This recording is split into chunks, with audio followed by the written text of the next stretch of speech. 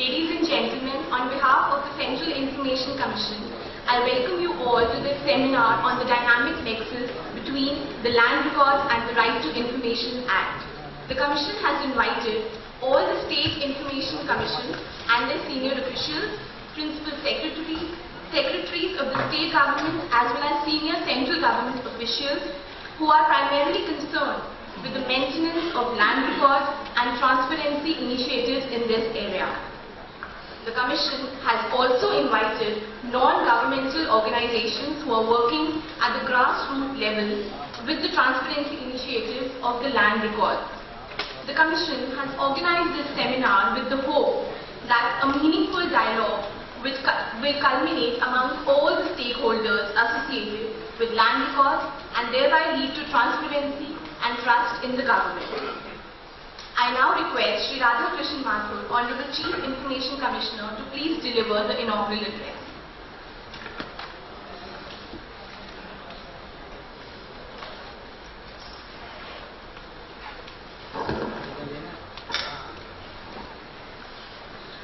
A very good morning to all of you. I welcome everybody present here who has taken the trouble to come here and attend this seminar. I would like to particularly name persons on the dais: Mr. Dinesh Singh, Secretary, Ministry of Land Resources and Government of India, my colleague Mr. Azad. In the audience we have my colleagues, Information Commissioners, several State Information Commissioners, State Chief Information Commissioners, officers from the Revenue Department, the NGOs who are working, several distinguished speakers, different officials, members of the press. I welcome all of you who are present here today. I must particularly welcome the speakers who have taken the trouble of preparing for this particular occasion and tailored their presentations to be in harmony with the subject of this conference, which is related to RTI. I would also like to thank the State Chief Information Commissioners and the Commissions. I know many states have held actually meetings with the State Revenue Departments. They have worked out different issues with them, and they have tried to come prepared so that they are able to present whatever new and innovative practices are there in their state. I am sure we would learn a lot from all of them. Perforce we had to limit the number of the speakers. Frankly, we didn't expect so much of response, and therefore I must apologize to those who have not been able to speak today.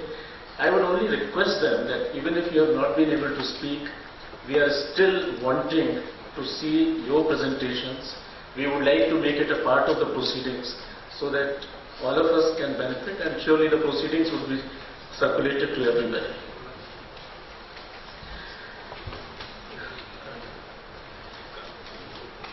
One of the objectives which was set to ourselves was that break from the earlier pattern, which is one annual convention coupled with some seminars.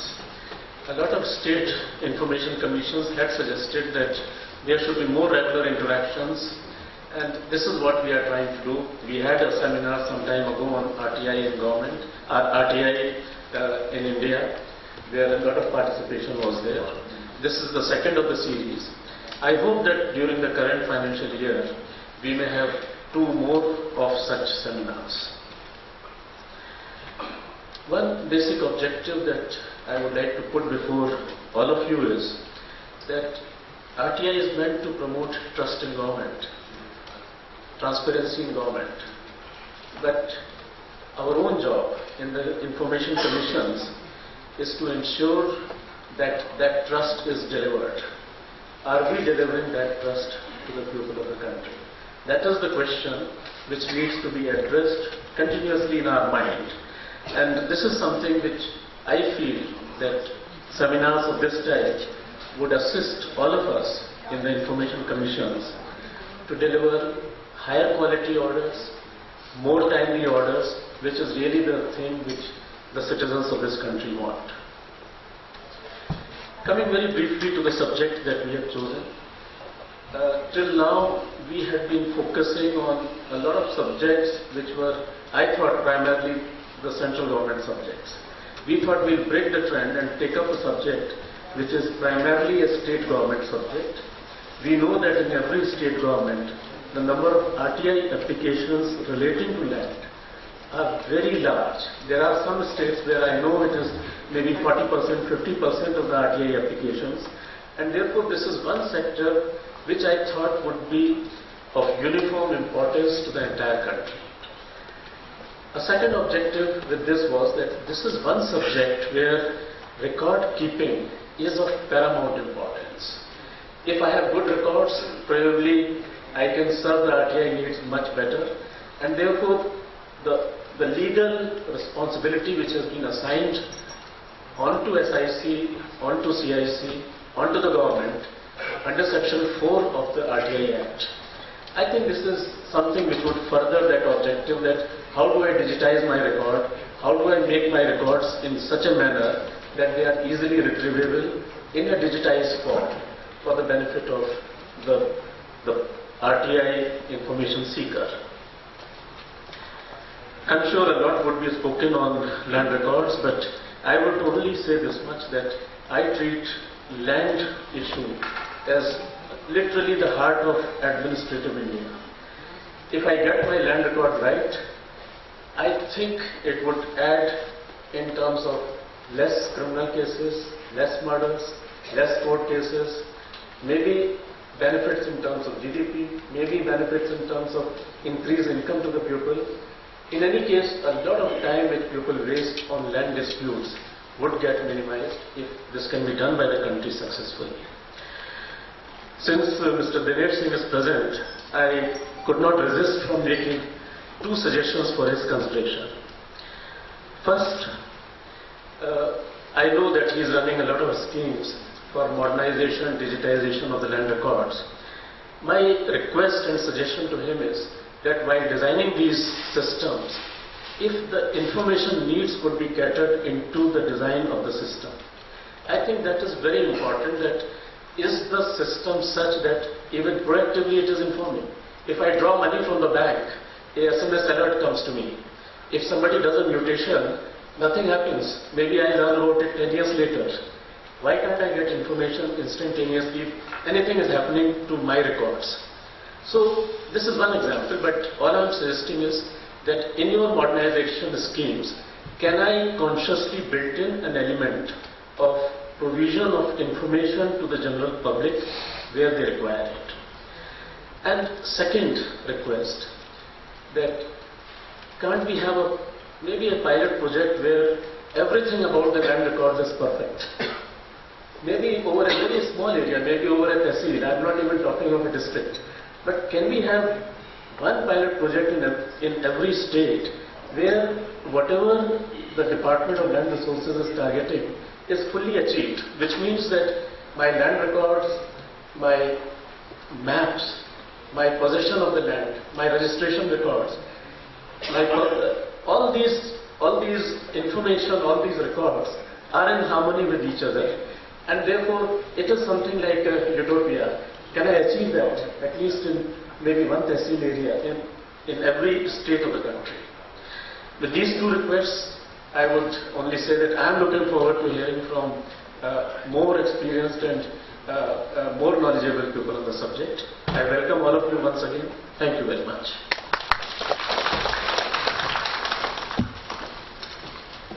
Thank you, sir, for your address, which sets the platform for our speakers for their presentation.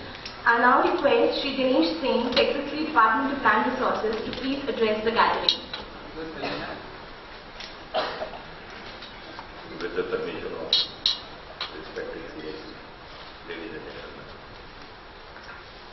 as we are aware, the RTI Act was enacted to establish a regime of right to information to citizens to secure access to information under the control of public authorities. This also then promotes transparency and accountability in the functioning of the public entities.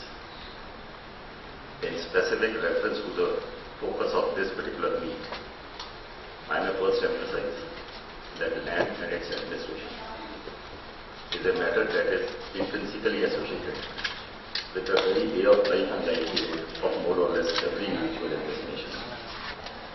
Updated and error-free records, as respected CIC just now pointed out, and access to information therein are thus fundamental requirements, and particularly when seen in the light of the high incidence of land-related disputes in the country. In sync with this department is endeavoring to develop an integrated land information management system across the country under the aegis of the Digital India Land Records Modernization Program, which we are implementing. This integrated land information management system will provide online, single window, at a glance access to all available relevant information to give a fair, comprehensive position of any plot of land in question to the landowner, to the concerned officers and agencies, and to entrepreneurs and interested parties, etc. This will automatically, once put in place, improve real-time information on land, optimize use of land resources, benefit both landowners and prospectors, assist in policy and planning, reduce land disputes, check fraudulent and benami transactions. Per se, computerization of land records is nothing new. It was being undertaken in this country since the 1980s. Under our DIL, Digital India Land Records Modernization Program, however, now we are giving special attention to some critical activities. One is computerization of the record of rights, which we call Khatani in Uttar Pradesh. Second is digitization of cadastral maps, which we call Shijra in Uttar Pradesh. Third one is integration of the textual data, Khatani, with the spatial data, that is the Shijra. Then connectivity amongst revenue offices, and then as a parallel stream, computerization of the registration offices and connectivity between the sub-registrars and the Tehsil and the revenue offices, and the integration of the process of registration and land records. An inbuilt element of this is that the moment information of registration of a particular piece of land goes from the sub-registrar's office to the Tehsil, the order for mutation is automatically triggered off. And the moment the mutation proceedings are over, under the Naib Tehsildar's, in the Naib Tehsildar or Tehsildar's court, the order which is finally passed is immediately entered into the land record database. In addition to this thing which was already ongoing, we have approved in October, in principle in the department, to depict information on revenue court cases in the land record database, so that the position of revenue litigation is readily discernible. Then also to depict information of circle rate on the land records database, so that one standardized, there are many different valuations of land, but one standardized valuation of land is readily discernible. And then also link the Aadhaar number of the land owner into the land record database, if it is available, and while strictly adhering to the statutory requirements and judicial pronouncements.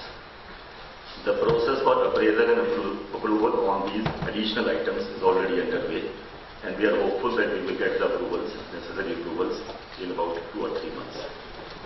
In parallel, respected CIC would be happy to note it, sir, a comprehensive project with all the above ingredients for both rural and urban areas has been implemented already in the Union Territory of Chandigarh, and we presented it as a demonstrative replicable model to all the state revenue secretaries in our meet yesterday.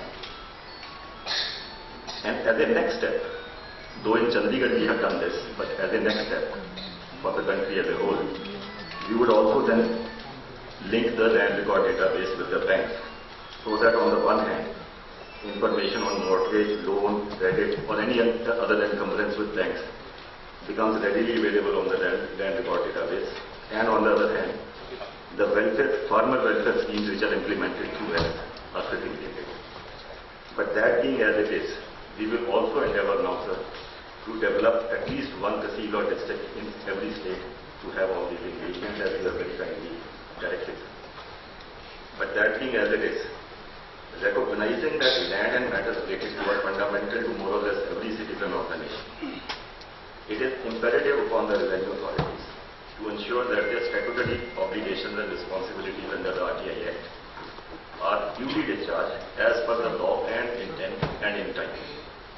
With this, I will not take much more time, but I take this opportunity to pay my regards to respected Mr. Mathur, under whom I had the privilege to work and learn, to respected Mr. D.P. Sinha, with whom I had the privilege to work and learn, and respected Mr. Yashovardhan Azad, who has been kind to me from the 1980 onwards.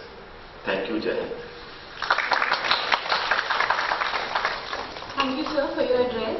I now request Shri Yashovardhan Azad, Honorable Central Information Commissioner, to kindly chair the proceedings.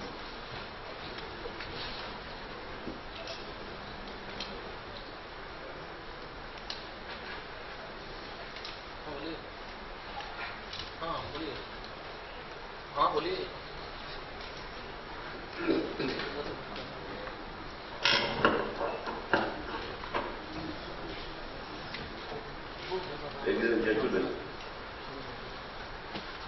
they say that there are three things which are at the heart of every conflict, at least in India: Jag, Logu and Kami. And now we are discussing the last one, that is the Zameen. The reason why we are discussing this today is because both the Central Information Commission and the State Information Commissions are flooded with queries regarding land. And often we have found that there are delays, there are glitches, and that is why we thought to kind of rationalize this entire thing, it would be a good idea to have all of us together and deliberate upon these things so that we can come up with some clear focus.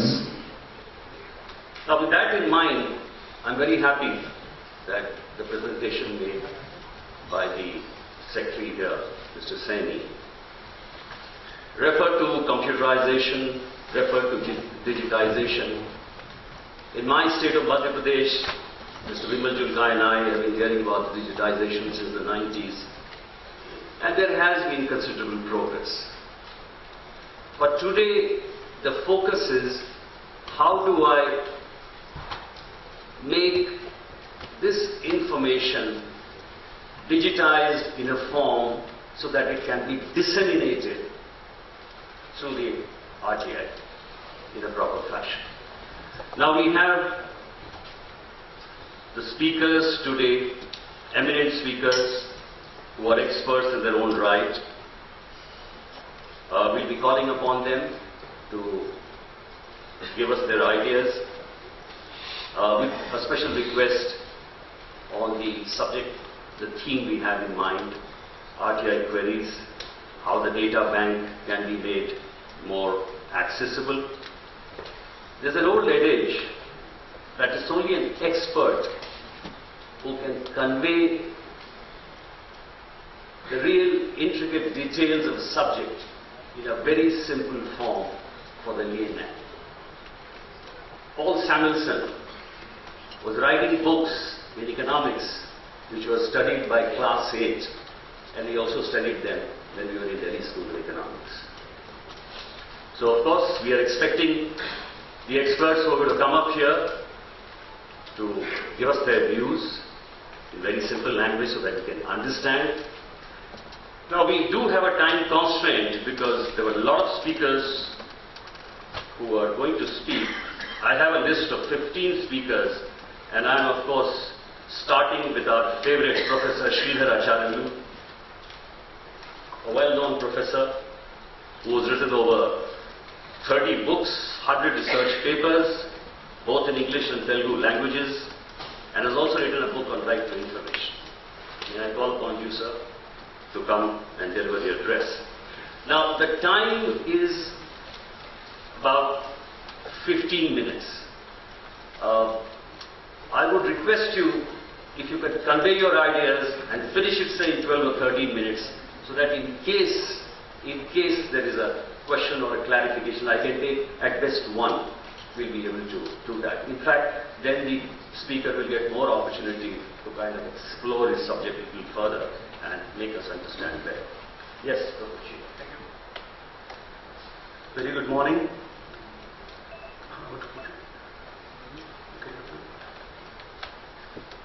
Chief Information Commissioner, Mr. Arjun Madhav, for appreciating this subject and putting before you in this form. Mr. Yashovardhan Azad, my colleague, who is presiding over this conference. State Information Commissioners, my co-information commissioners, officers, Mr. Dinesh Stanley, who made a perfect presentation in perfect revenue language, which is of course understandable for us, all of us also.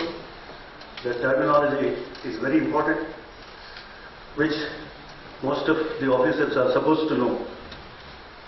My friends, students, officers, the subject is a very, very important subject. What to put it? No. We need certification for everything. Without certification, we are not identified. We may be having wonderful knowledge, but degree is a very important thing. This is what was stated by an ordinary woman in one of the seminars in Warangal. Why do you need a record? She answered, आप वकालत पढ़े हैं ना, वकालत जानते हैं ना, तो आपको वकालत का डिग्री क्यों चाहिए? बार काउंसिल का लाइसेंस क्यों चाहिए? That was the answer given by her, and that shows the importance of the degrees. Then we have to document our progress. How do we document it? And land records are such a documentation. In fact, there is a philosophical saying, land bursts into law when I say I am the owner of the land. Who are you? When did you born? When are you? How long you are going to live? Maximum 100 years. But land is permanent. We change. Owners change. Possessors change. But we have to accept that this is the material reality, and we have to perfect it in communicating that this is the owner of the land for the time, this is the possessor of the land for the time. So, documentation is important. And all your policies are based on land. All your schemes, welfare schemes work based on the land. And I think you know the entire issue of sovereignty is based on land. Land is a very important aspect over which the records formulate an important aspect, and on the records alone, your all kinds of administration, good governance and whatnot will happen. Then if our records are in an archaic manner, we do not know what will happen, what kind of a consequence we will be seeing it. There are 66% litigation. Out of present litigation, 66% is based on land-related issues. 66%. If you address land records and if you give error-free records, I think you will reduce 66% of the litigation. Perhaps you will be reforming the judiciary also, and you will be unburdening the problem of the judiciary also. Perhaps you will increase the GDP and whatnot. Anything can possible. And most important aspect is the crimes. Crime rate will come down heavily, and the families will not be broken over the piece of land. And it is ultimate empowerment of a farmer. A farmer is empowered only when he is sure of his right, only when he is sure and certain of his borders of the land, and he will be definitely seeking progress and doing progress if he is sure about his land. Then I just now told you, it is estimated recently by Daksh organization, which has conducted a very effective survey, constructive survey, and came up with a startling figure that 58,000 crore rupees are spent on litigation both in civil and criminal cases, which is exclusive of the state expenditure and expenditure incurred by other departments. 66% of the litigation is about land. Crime is consequence in many such disputes. Millions of families have broken down. And it is estimated that nation's loss is 1.3% GDP due to land litigation. litigation lingers on generations. There are at least 76 types of problems of land as identified by the Land SR. Everybody knows the records are important, but how many of us know what are the kinds of disputes that are existing on the land? We have organized a phone live-in program over television in a private channel in Hyderabad. Me and my student, Mr. Sunil, we have opened up the issues of land records, listened to the calls made by the farmers from the villages, tried to answer them. We have designed it for 20 programs, and it ran up to 60 programs, and surprised that a private channel which look for TRP rates has accepted our land rights program, which is boring perhaps, but it was not boring because it has a great utility, and people were asking us about land related questions and getting answers. So this is the basis of this program also. Then we are talking about land reforms, but prior to land reforms we had record reform, we had do reform of land records. Just now the Principal Secretary talked about the error-free records. That's a very, very important aspect, and what is that we have to do for that? Without updating the land records, there is no point in talking digitization of records, which means scanning of the effective or defective documents with thousands of wrongful entries and manipulated names, and it will give rise to furthermore litigation. In one of the villages in my district, Warangal, our active students and land rights organizations have forced the Panchayat office to write on the wall of the Panchayat office the land records. And everybody came to know whether his name appeared rightly or wrongly, and objections poured in, and it led to mutation of records, and there was finally error-free record in the village. So first, access to existing records, facilitate objections, and act on that, repair and reform the records, and provide access to that reformed records also. That's what is the real updating. Allow the people to raise objections, and then you allow the things to happen. When somebody asks for a copy of sale deed of a particular removable property, it was refused, and then he filed a RT application. It was refused, saying that this is a third-party information.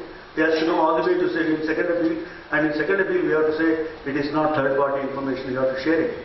And similar thing happened when some villager asked about land records related information about others. Then access to records is of course important area of our functioning, the Commission's functioning also. Disclosure is a requirement of civilization. If a state cannot disclose land records, it cannot be called as government and much less a democracy. Without confirming who the owner of cultivator or possessor, how the subsidies, inputs, fertilizers, seed loans, etc. would go to them. In Telangana, government announced 4,000 rupees in the earlier stage and another 4,000 rupees in subsequent stage to the farmers. Who are the farmers? Who are the possessors? Who are cultivating? Nobody knows. And where does this money go? This is the question. Even loan waiver programs will not help. Even your land acquisition compensations will not go to right persons if land records are not properly reformed. And it is a real empowerment. Modernization is of course one of the fantastic things that was thought of, and I am very happy that the Government of India has come up with 100% funding of states with 11,000 crore, and it has reviewed and renamed and reformed the program and called it Digital India Land Records Modernization Program. I wish it a 100% success. But digitalization itself does not amount to automatic access. Scanning the present defective records will not solve the problems. Problem of illiterates and illiterates. Illiterates means who doesn't have knowledge of cyber situations. So they need to be addressed. Computer, electricity, bandwidth, these are the programs. And we have to insulate the records from possible manipulations. If without doing this, we cannot ensure the error-free records and error-free updation. So it's a big legal challenge. We have law, but the problem is of non-compliance. I'll read out the last slide and conclude. Our archaic land records reflect our quality of administration and the goodness of governance. If we do not correct those records for decades, it reflects our efficiency. If we talk of reforms without reforming the records, it shows our commitment. If we talk about empowerment without access to records, it shows our civilization. If we talk about but do not decide, it explains our honesty. I would like to introduce my student, Mr. Sunil, who did a lot of work on the land. He doesn't know the top people in the capitals, but he knows what is happening in the village. He trained 3 youth in every village and made them to understand the land records and verification of land records, and through 3 of them, he has shown how land records could be verified, and he has corrected land records in 6 villages so far, completely successfully. This person is my student in Nalsar University of Law. While 90% of students prefer corporate high-fi and high-wage jobs, this man preferred social service. He associated with the government of Andhra Pradesh and did a lot of work for the last 15 years, and he is continuing. I wish he will get sufficient time to present his program. Thank you very much for this kind opportunity. Thank you.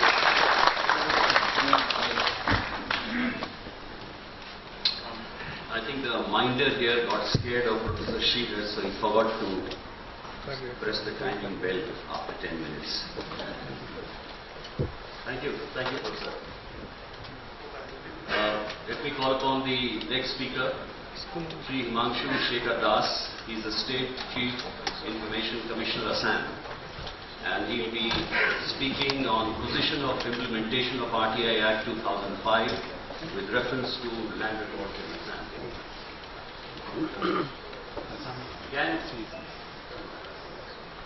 Mr. Das, can I give you a tinkle after 11 minutes, and then after that, if there are any questions we would like to do, then we'll be able to speak in more.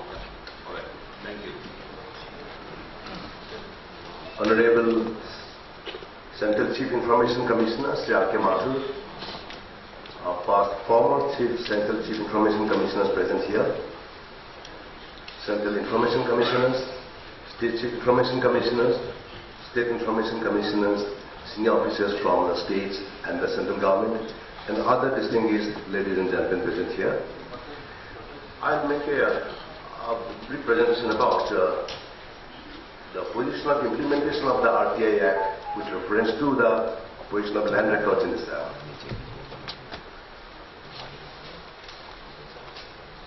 As we all know, the most frequently asked land records that people come to the state public information offices, in various revenue offices, and sometimes with appeal petitions to ask.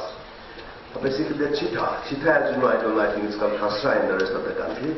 Cheetah is a very detailed 51-column register which contains all the details about the land, including the land classification, land area, tax number, patta number, land use, and it is corrected every 6 months. Then the Jamabandi, that is the record of rights, then the village map. These are the 3 most frequently sought after information on the RTI. And in Assam, we have a position that we had the Assam Land Revenue Regulations of 1886 and the Assam Land Records Manual, Rule 128. Way back from the very inception, it has a provision on the Rule 128 that if anybody makes an application before the Deputy Commissioner, the Collector or the Sub-Divisional Officer or Revenue Officers, they have to give any land document to the information seeker, subject to payment of the prescribed fee. And the other law that we have is the State Right to Public Services Act, which was enacted in Assam in 2012. That Act, Right to Public Services Act, has also provided that subject to payment of fees as listed in the Act, any land record should be given. And they have listed the land records which can be given against payment of fees. So that way the pressure on RTI, that way for the basic land documents are not much. And another development that has taken place is that digitization of land records, for example, the Jamabandi, that record of rights, the Cheetah, these 2 documents have been digitized and they are available. Anybody can ask for it online and they can get copies of that. And village maps the digitization work is in progress. So some people can get the village map also in a digitized form. I would just like to come to some issues, mostly the issues that we have in Assam regarding the RTI and the land records. My personal experience is that very often we find most of the people who come to us, basically they have land disputes pending in the court, and to fight the court cases involving land dispute, they come to RTI, asking for various documents to support their position in the court cases. One very frequently asked for thing is that mutation. I mean, when there is a still, facility, then land, right, the Jamabandi is corrected. We have found that quite a few people come for, see, Mr. A's land has been mutated in favor of B, sold by C. And basically, is a forgery of land records. And then when A comes to know that his land has been sold by somebody to someone else, and that has also been mutated, then he comes to asking for a copy of the mutation case records. And I have found a number of cases when the stock reply comes and records are missing. So initially I said, okay, records are missing, that we have parallel to the Central Act of 1993. In the state we have Assam Public Records Act of 2002, and there also punishment is 5 years for missing records. That's a criminal offense. So we passed orders that, okay, records are missing, you could not find it, that to file FIR under the Assam Public Records Act. Then filing of FIR became the routine matter. Any land records is missing, we filed an FIR. So now we have asked the district magistrates and the revenue department to inquire into such frequent, which is happening in such, unfailing regularity. Land records are missing, and then filing an FIR, that is the end of it. And what can police do about missing land records? The other thing we find is in Assam, quite often you hear about violent incidents, ethnic clashes and all that. This is also land is at the root of, although people might be political and other communal colors, but land dispute not only between individuals or among individuals, but among different communities. Today in Assam we have more than 50 different students organizations and political organizations representing different communities, big or small, and there is friction for land. So, but this tribal, we have a concept of tribal belts and tribal blocks, where non-tribals cannot purchase land. So quite often we find that this tribal students organization, now they come asking for land records relating to the tribal belts and blocks. The other kind of land records people come looking for is that, basically the objective is perhaps to encroach upon government land. They say, okay, what are the Sarkari lands available in this district or this revenue cycle? Give us details of the Sarkari land, like BGR and PGR. And encroachment of Sarkari land in the state is rampant.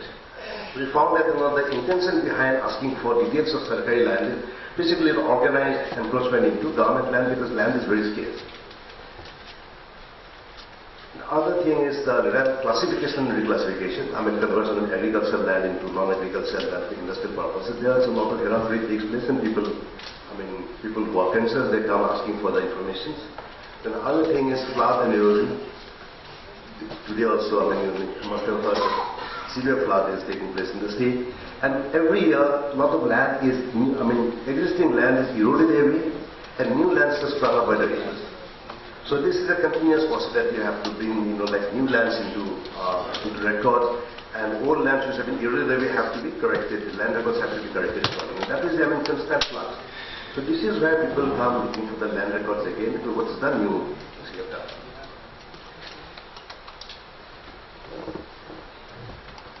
And yes, there's another kind of land that people come. It's way back in the 19th century, mid-19th century, starting from about 1830s, British government gave a lot of forest lands as grants to set up tea gardens. And over the years, because there was not a strong government, so these tea gardens have encroached into other neighboring areas. Now that, ex-tea garden laborers, people have become very concerned, they want to know how much land was granted to the tea gardens. We have a separate grant register. How much land was granted to the tea gardens and how much is actually under their occupation. So the other landless people, flood affected people can get those lands.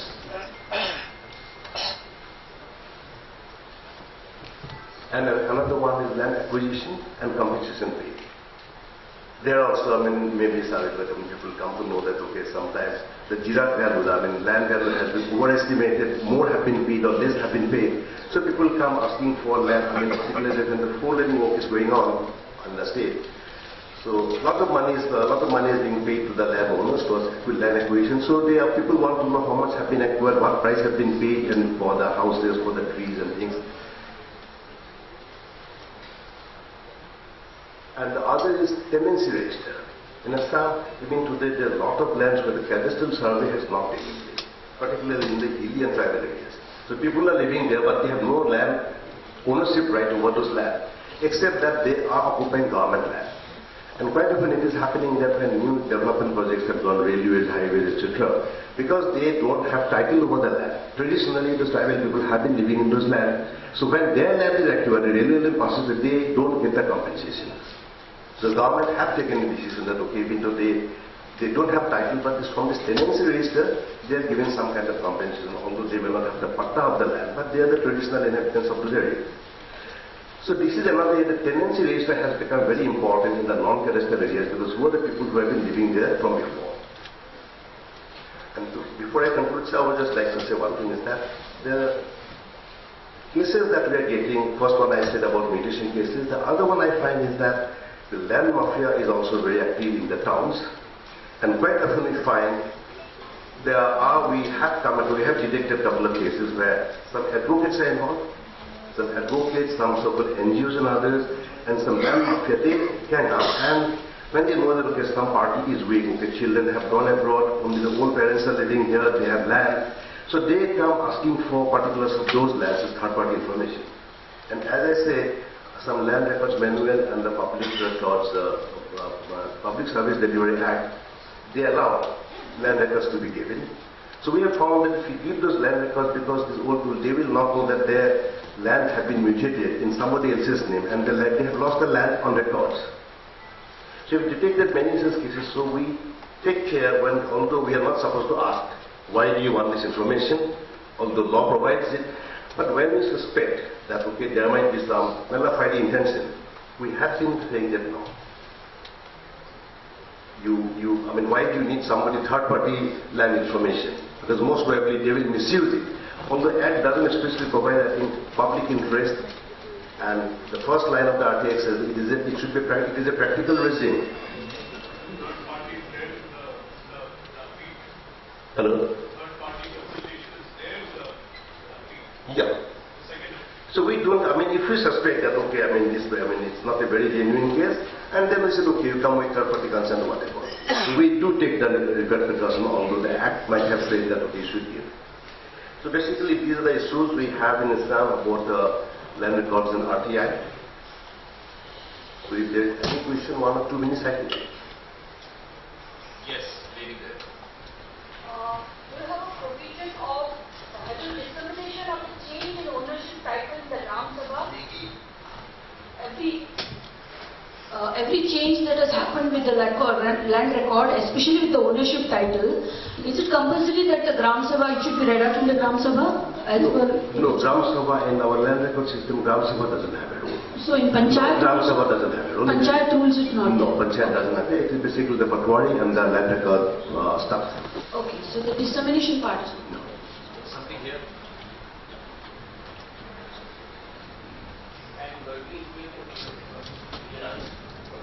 Just briefly 1 or 2 points with reference to the presentation by Das and also Professor Acharya.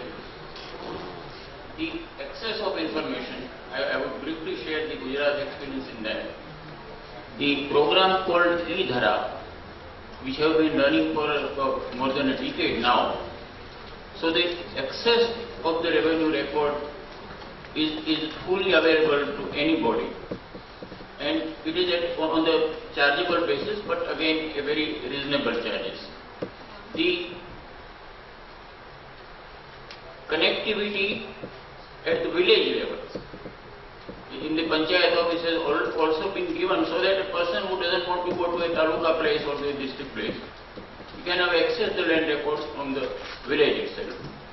There are quite interesting issues on this. The Settlement Commission from Gujarat is also here, and he wanted to make a presentation, but because there is a time constraint, we can have it in the proceedings. And the second, which Pankti has raised, is a very pertinent issue, that whatever mutation or change we make, whether it is in the public domain. So if it is not a provision, in promulgation we do that, where it is being read out in public, and if there is any problem, that at that point of time the problem is taken care of and the litigation can be reduced. Thank you. Thank you. Thank you, Mr. Das, for an excellent presentation, and I'm very happy to know that as far as the Public Record Act is concerned, you're following it very, very seriously. and you have given the directions that FIRs may be registered, because one of the serious issues we've been facing is missing records whenever it comes to the land. And there are so many questions relating to acquisition with Coal India and so many other organizations where inevitably there is land records missing. Thank you. Thank Can you. I now Thank you. call upon the next speaker, Mr. Ramanujam.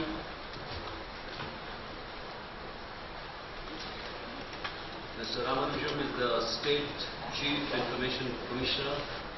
He's speaking on Land Records and Rights to Information Act, and he's my erstwhile colleague. He was the Director General of Police, Tamil Nadu.